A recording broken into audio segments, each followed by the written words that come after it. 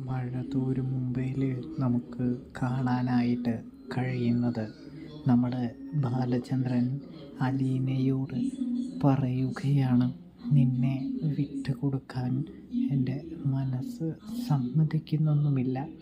എന്നിരുന്നാലും നിനക്ക് പോകണമെങ്കിൽ പോയിക്കോളൂ എന്ന് പറയുന്നത് കാണാൻ കഴിയും സാത്വിക്കും. ഞാൻ നിന്നെ തടയുകയുമില്ല എന്ന് പറയുകയാണ് ബാലചന്ദ്രൻ.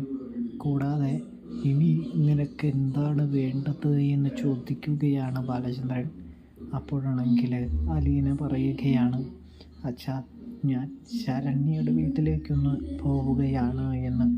പോകുന്നതൊക്കെ കൊള്ളാം, അധികം വൈകൊന്നും ചെയ്യരുത്, പെട്ടെന്ന് തന്നെ തിരികെ വരണമെന്ന് പറയുന്നത് കാണാൻ കഴിയുന്നു സാധിക്കുന്നു.